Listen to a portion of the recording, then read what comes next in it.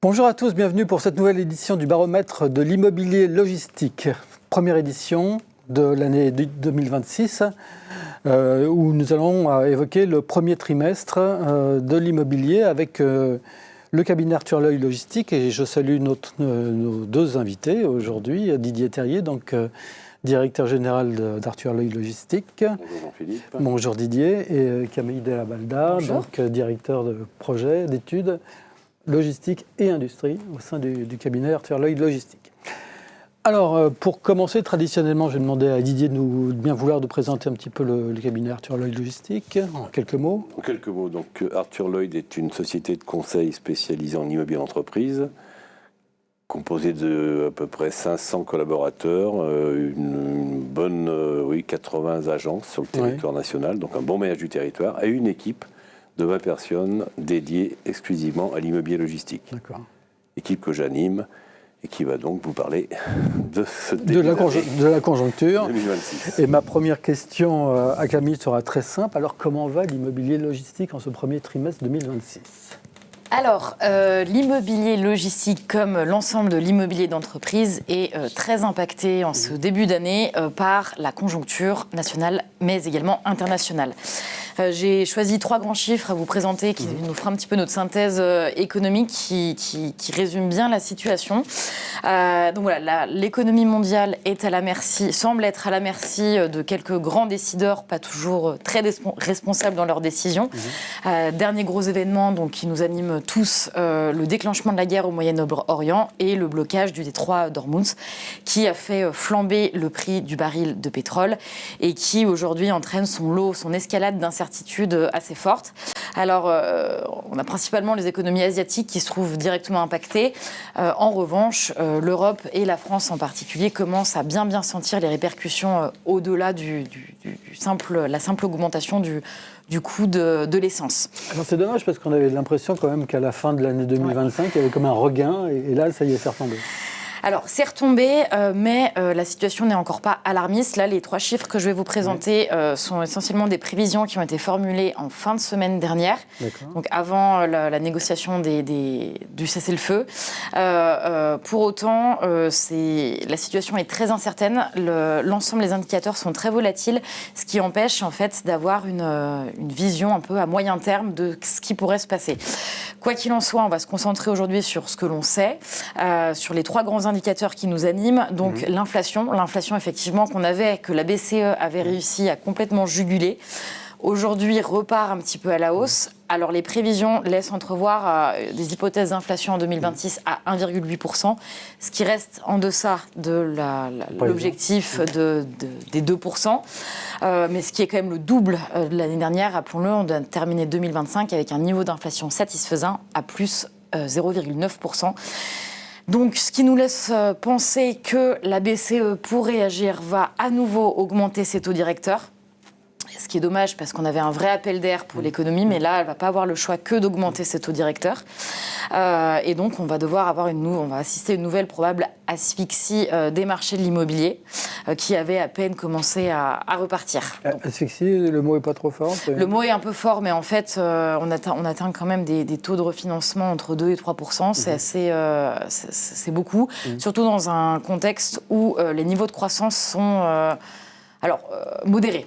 On n'est pas sur ça me permet de faire le lien avec notre deuxième indicateur, on n'est pas sur un niveau de croissance qui est molle, mais vraiment un niveau plutôt modéré, fragile. En France, on serait à plus 0,8% en 2026, donc hypothèse de la semaine dernière. Donc si le conflit perdure, le scénario de récession reste écarté, mais on tomberait plutôt dans un niveau de croissance molle, donc pas très positif non plus.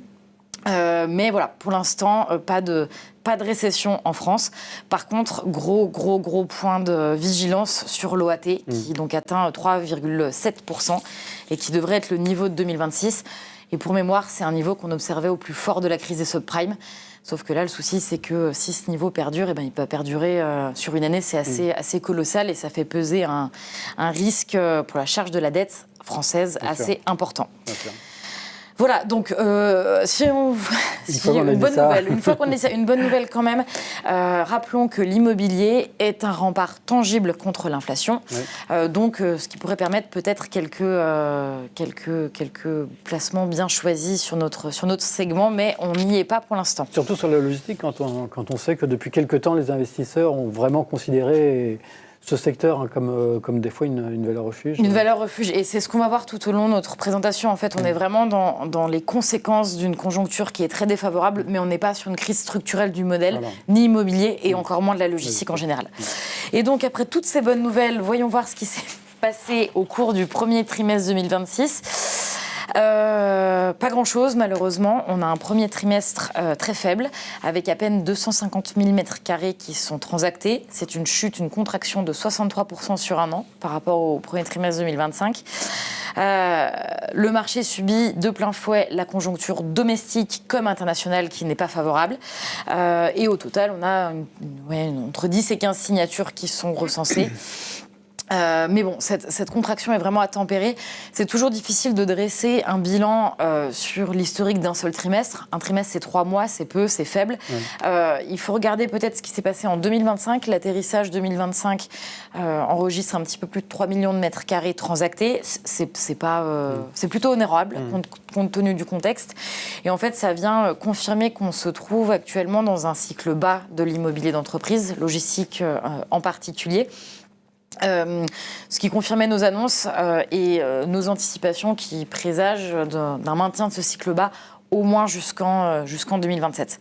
On n'assiste pas à un effondrement de la demande, on n'est pas alarmiste, il y a des sujets qui tournent. On entend parler de projets, il y a toujours des projets. Il y a des projets. Ils sont retardés, mais enfin ils sont là. Ils sont retardés, mais ils sont là. Au deuxième trimestre, les résultats du deuxième trimestre devraient quand même venir offrir un meilleur regard sur l'atterrissage semestriel de 2026. Donc voilà, c'est faible, mais on reste confiant. Oui, enfin, ce qu'il faut noter, c'est qu'effectivement, on est sur un phénomène conjoncturel qui n'est pas structurel, et donc, en fonction de l'évolution du contexte géopolitique, par exemple, on peut assister effectivement à un redémarrage plus rapide que prévu. Enfin, on l'espère. On a pris un petit peu de retard à l'allumage quand même, parce que les 250 000 m², je ne sais même pas si on a connu une telle performance. Mais voilà, enfin, je veux dire, effectivement, il y a des sujets structurants qui devraient se concrétiser avant l'été. De là, je rappelle que l'an dernier, on était sur un volume de 700 000 m², je crois, pratiquement. Donc c'est quand même, la chute, elle est significative. Même si on a un deuxième trimestre avec quelques perspectives, il n'y a pas non plus énormément de sujets qui sont en passe d'aboutir. Des sujets en attente, il y en a beaucoup, et on sait pourquoi, puisqu'il y a un contexte qui fait que aujourd'hui, on va attendre, c'est ce que nous disent la plupart de nos clients. Bon, je pense qu'on y verra beaucoup plus clair cet été, et en fonction de la situation qu'on aura cet été, on va quand même pouvoir tirer assez rapidement des conclusions sur une année 2026 qui, comme l'a exprimé Camille, n'est pas... elle est quand même compliquée au démarrage. Ouais. Voilà. Donc dans tout ça, nous on a cherché à sortir des messages un petit peu forts et regarder les tendances qui ne sont pas que conjoncturelles mais aussi structurelles. Et je vous propose peut-être de regarder un petit peu ce qui se passe au niveau de la répartition de la demande placée par région en faisant un recul également sur 2025 et en incluant le démarrage 2026, avec une bascule progressive de la demande placée de la dorsale vers le hors dorsale qui se poursuit. C'est un processus long mais qui est toujours présent et toujours intéressant à caractériser. Donc on a des marchés régionaux qui gagnent du terrain, donc on les connaît, le Centre-Val de Loire en tête, mais pas seulement, avec aujourd'hui des régions comme la Normandie, le Grand Est, ou alors plus récemment les Pays de la Loire qui enregistrent des regains d'activité, une hausse de leur activité et qui s'aligne en fait aujourd'hui à ce que l'on peut observer en région en sud dorsale et notamment en région PACA, où la demande a plus de mal. Mais en fait, on a rapprochement, enfin un déport de la demande vers la partie nord du pays, et avec par contre un déséquilibre nord-sud français qui a tendance à s'amplifier. C'est parce qu'il n'y a plus de foncier sur la dorsale que les gens vont ailleurs On a un exemple contraire. Aujourd'hui, les Hauts-de-France, qui est la région qui offre le plus gros potentiel de développement, et même aussi aujourd'hui avec des bâtiments disponibles assez rapidement, la performance du premier trimestre, elle est quasi nulle. Je crois que la plus grande transaction, elle doit se situer autour de 12 000 m². Et pourtant, c'est une région accueillante. Donc, il y a quelques projets structurants. Les régions concernées, effectivement, elles vont voir des deals se faire, mais ce n'est pas forcément ces régions qui offrent beaucoup de potentiel de développement qui vont gagner sur ces transactions qui arrivent. Mais qu'on situe déjà dans des régions qui malheureusement ne sont pas les Hauts-de-France ou la région PACA par exemple. Et dans cette continuité-là, alors les Hauts-de-France ou l'Île-de-France restent moteurs de la demande placée, mais on est en perte quand même de parts de marché géographiques au profit donc de régions peut-être historiquement plus secondaires. Donc voilà, c'est quelque chose que l'on suit et qu'on continuera à suivre parce qu'il devrait y avoir des enseignements assez intéressants. Bien sûr. C'est vrai que la demande placée est tellement faible sur ce premier trimestre que ces pourcentages de 59% et de 41%, ils ne veulent pas dire grand-chose. Oui, c'est pas significatif. Il suffit un deal de 40 000 m² qui est en Île-de-France fait que la dorsale est à 59 et il y a eu un deal de 40 000. Donc je pense que voilà, c'est toujours... Oui, on est sur des volumes qui sont sont pas significatifs. Non, exactement. En revanche, c'est quand même intéressant de regarder qui fait la demande, qui mène la demande. Et il y a quelques éléments assez intéressants quand on regarde la répartition de la demande placée selon les chargeurs ou les prestataires. Alors déjà, sur la période écoulée, et pas que sur le premier trimestre, il est intéressant de noter donc on a à la fois les chargeurs et les prestataires qui restent présents et mobilisés. Historiquement, on a un rapport de force entre chargeurs, prestataires qui s'inversent. Mais c'est plutôt une bonne chose parce qu'on considère que ça souligne quand même une bonne tenue du marché, un marché qui se porte de manière plutôt saine et qu'on a des acteurs en France, qu'ils soient chargeurs ou prestataires, capables, efficients et performants sur la distribution des biens. Donc on a une logistique qui est efficiente en France et c'est quand même une bonne nouvelle, tout à fait. Et alors, ce qu'on ne voit pas dans les chiffres ici, et ce que nous, peut-être, on sent un peu plus, c'est que récemment, les prestataires ont plutôt tendance, qui étaient un peu en situation peut-être de surcapacité logistique, ont tendance à privilégier le remplissage de leurs bâtiments.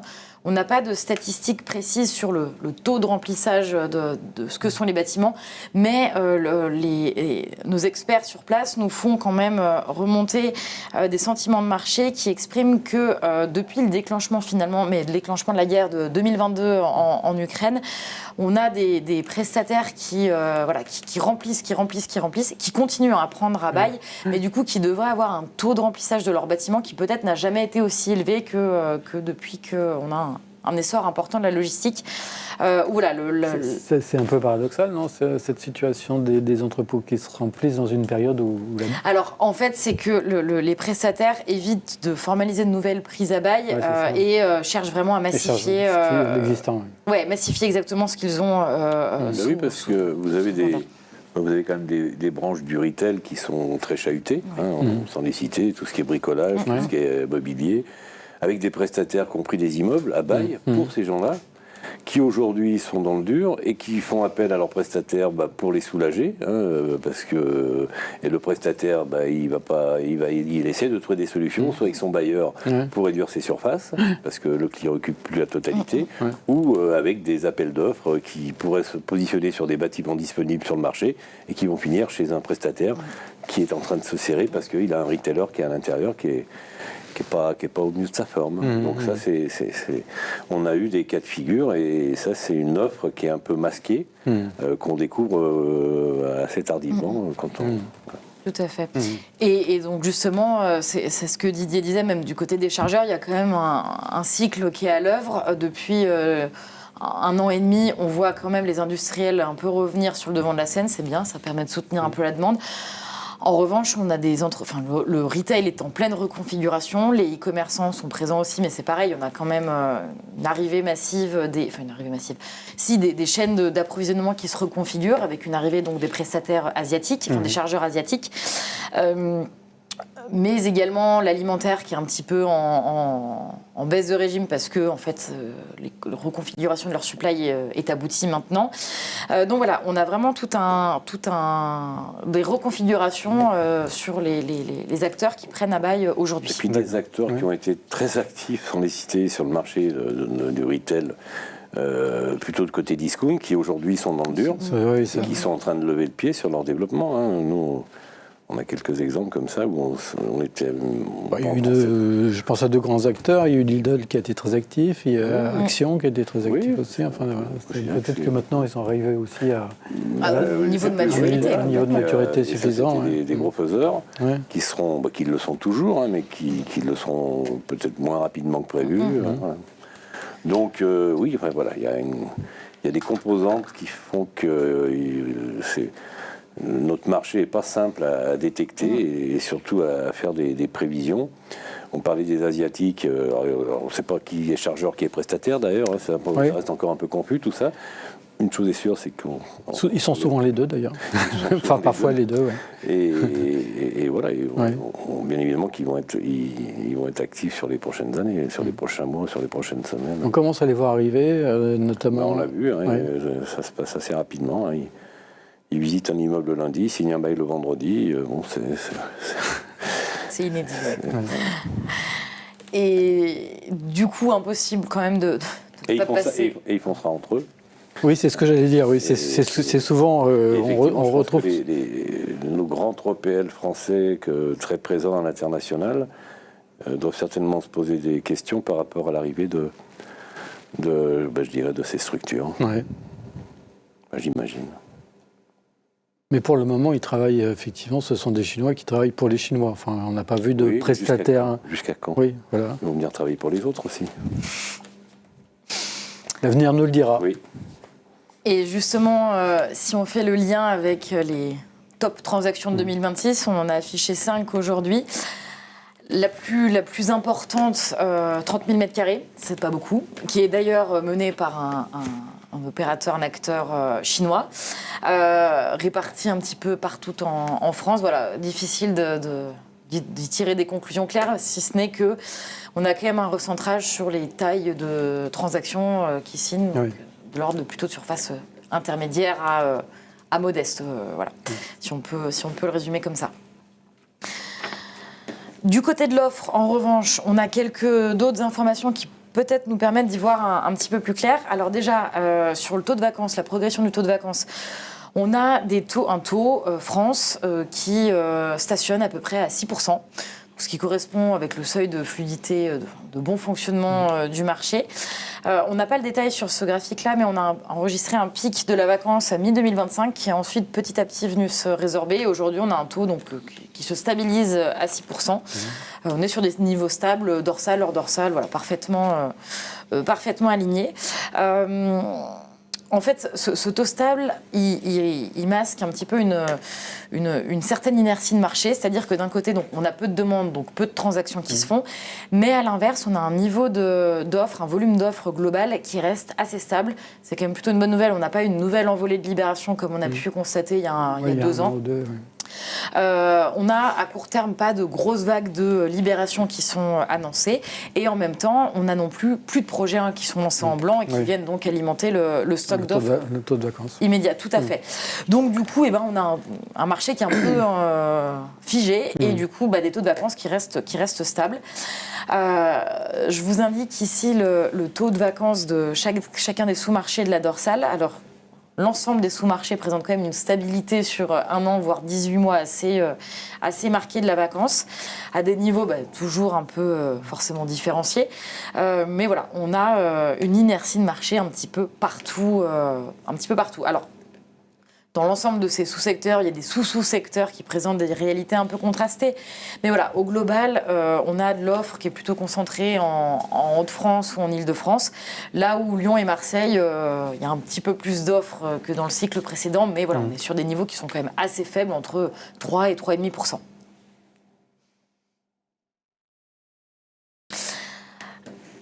Alors, on est en train de déceler également une petite tendance qui est intéressante. On va voir si elle se matérialisera à la suite des trimestres ou pas.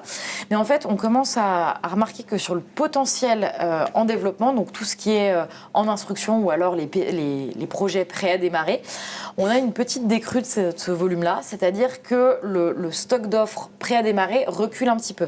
Il se contracte de 5% sur 3 mois. Et il en est de même pour les projets en instruction qui réduisent un petit peu la voilure, si on peut le dire de la sorte.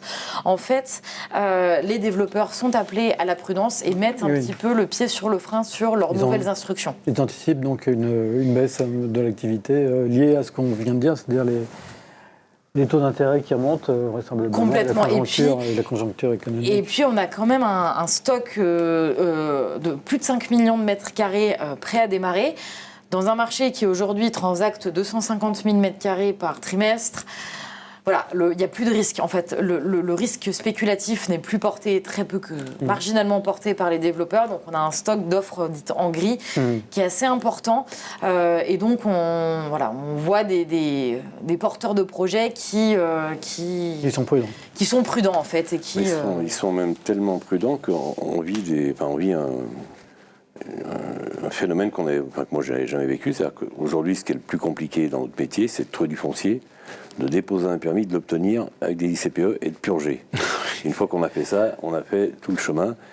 Mais dans une conjoncture où la demande elle est quand même fortement ralentie, où les financements sont pas faciles, on a des promoteurs, et ça c'est une vraie tendance, qui aujourd'hui vendent leur foncier avec leur PC, leur ICPE, auprès d'investisseurs qui peuvent être intéressés parce que il y a un potentiel de démarrer rapidement une opération et d'engendrer des flux assez rapidement. Et ça, c'est nouveau. Oui, de manière aussi significative, par autant d'acteurs, oui, on peut considérer que c'est nouveau.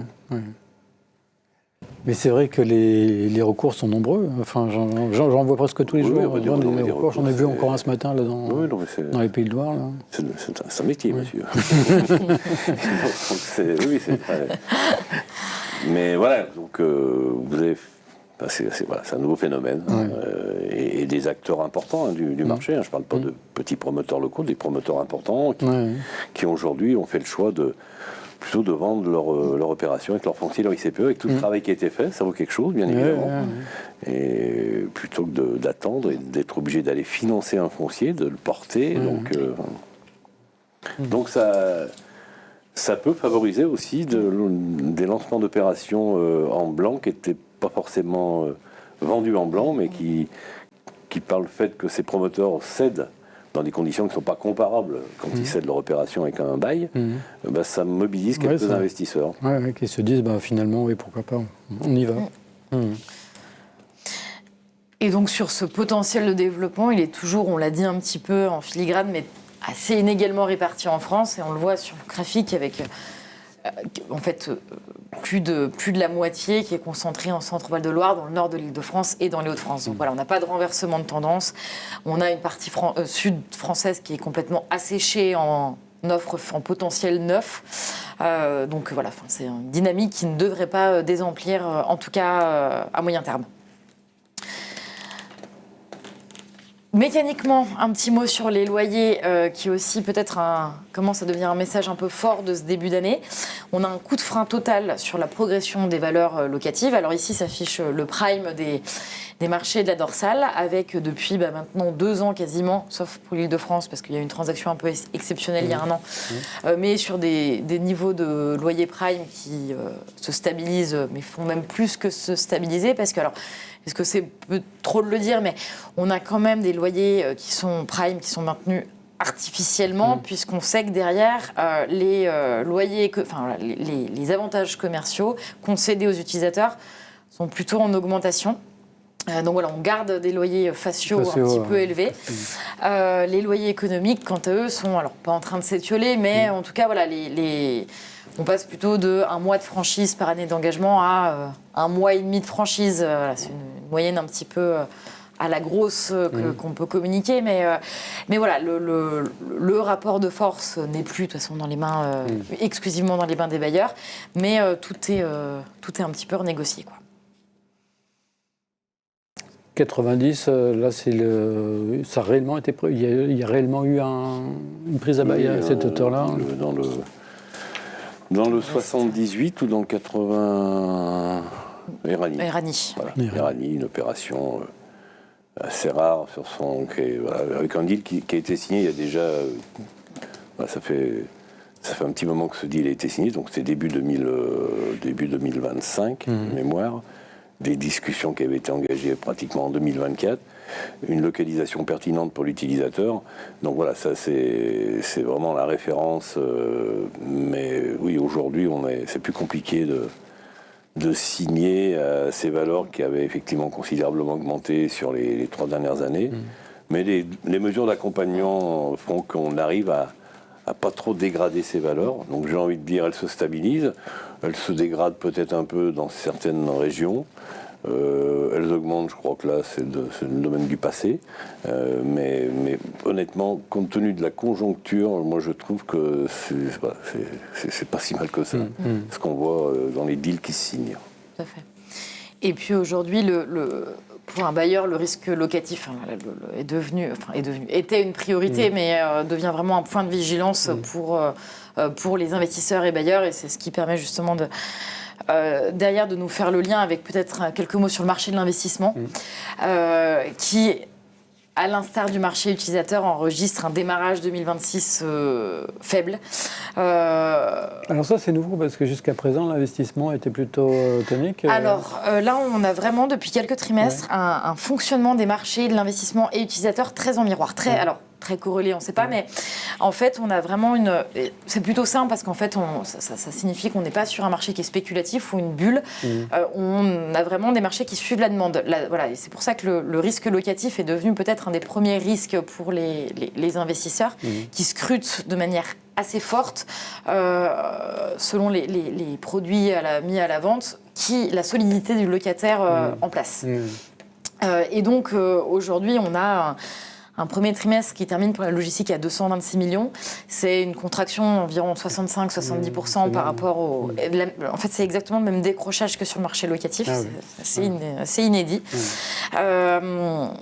C'est nettement inférieur aux standards historiques, mais voilà, de même que sur le marché utilisateur, l'année 2025 termine quand même sur une note plutôt honorable au regard du contexte. Enfin, on a quand même été sur une année très très chahutée. Mais voilà, ce que l'on constate en tout cas sur ce marché de l'investissement, c'est qu'on a des vendeurs qui sont très attentistes, peu d'opérations finalement qui sont apportées au marché, ou alors quand il y en a, elles ne vont pas forcément au bout. En revanche, à l'inverse, côté demande, les marques d'intérêt, elles restent très fortes. Les liquidités sont présentes, sont abondantes, même si voilà, les coûts de financement augmentent, mais voilà, la compétition reste vive. En revanche, et c'est aussi intéressant de le noter, tout ne s'achète pas à n'importe quel prix.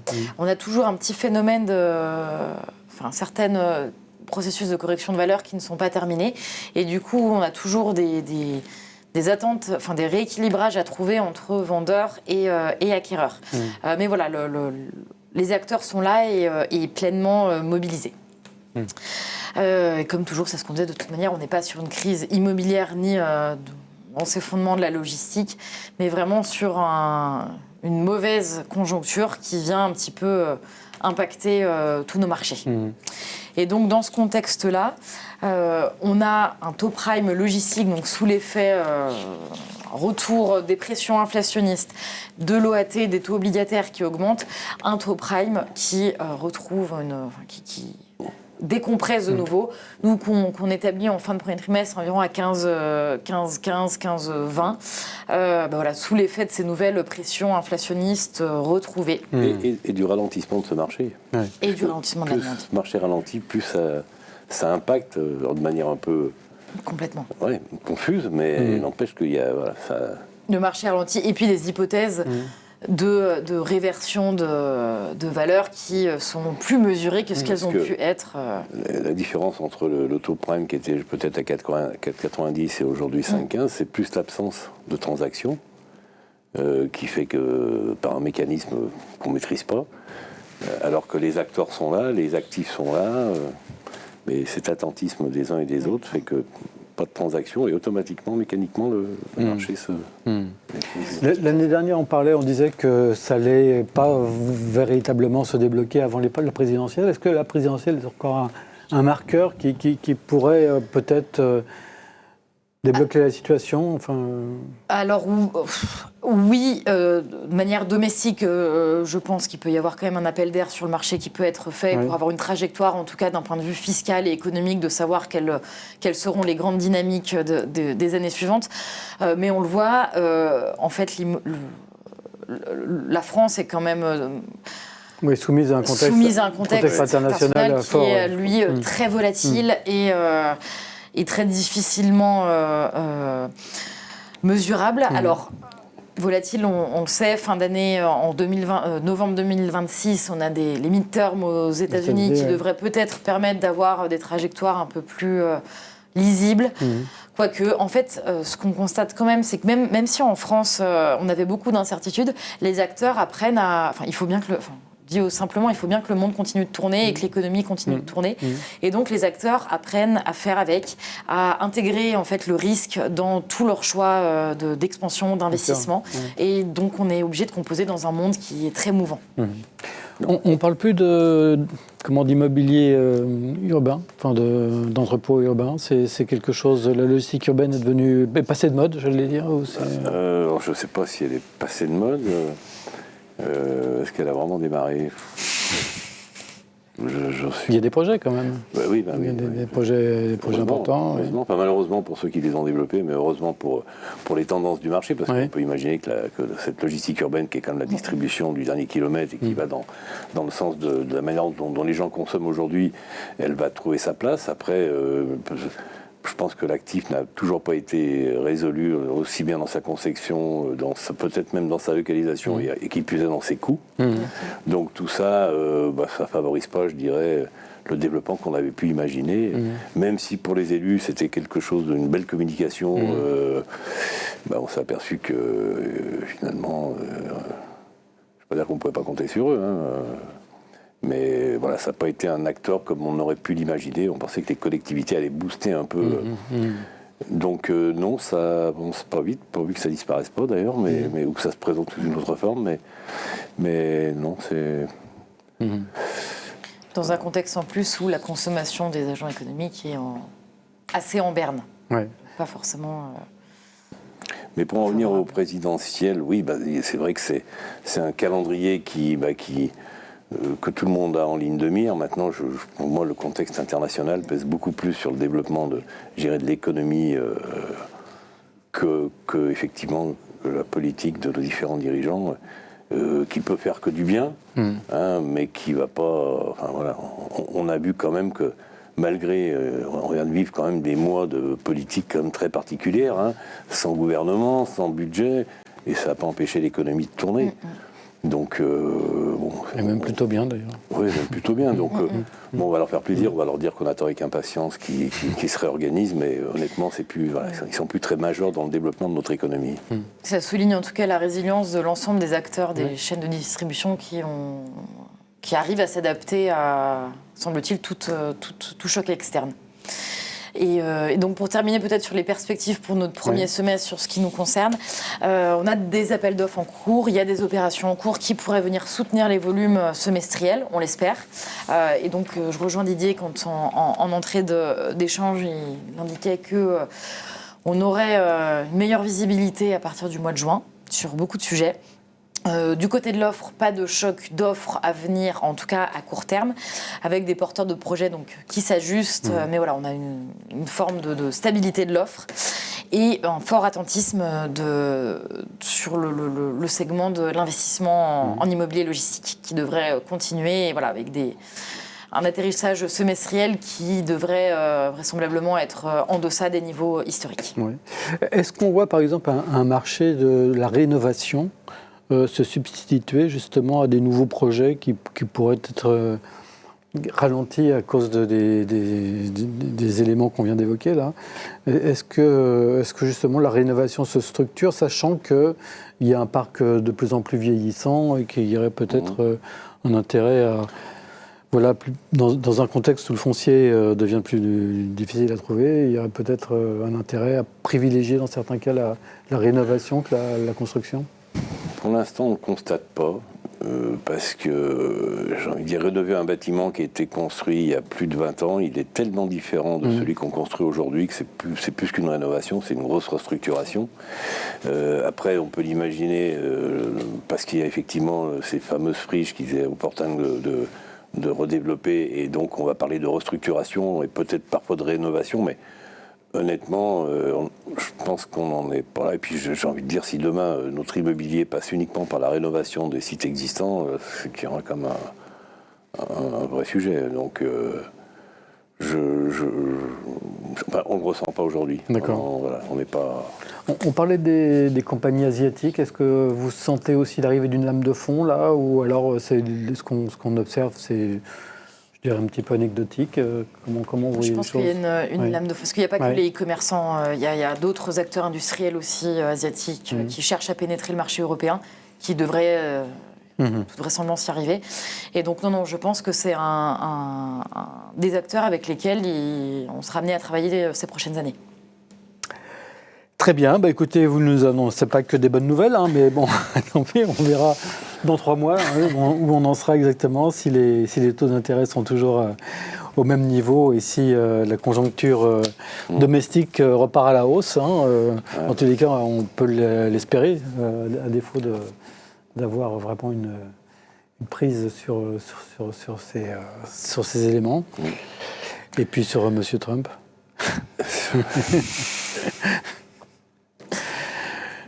Ouais, c'est... On croise non, mais, oui, voilà, j'ai envie de dire.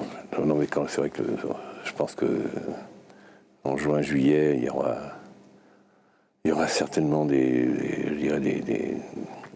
vrais faits qui j'espère, nous indiqueront que voilà, on arrive dans une période où on ne sera pas sur ce qui s'est passé en sortie de Covid, mais voilà, je pense qu'on peut sortir de cette crise.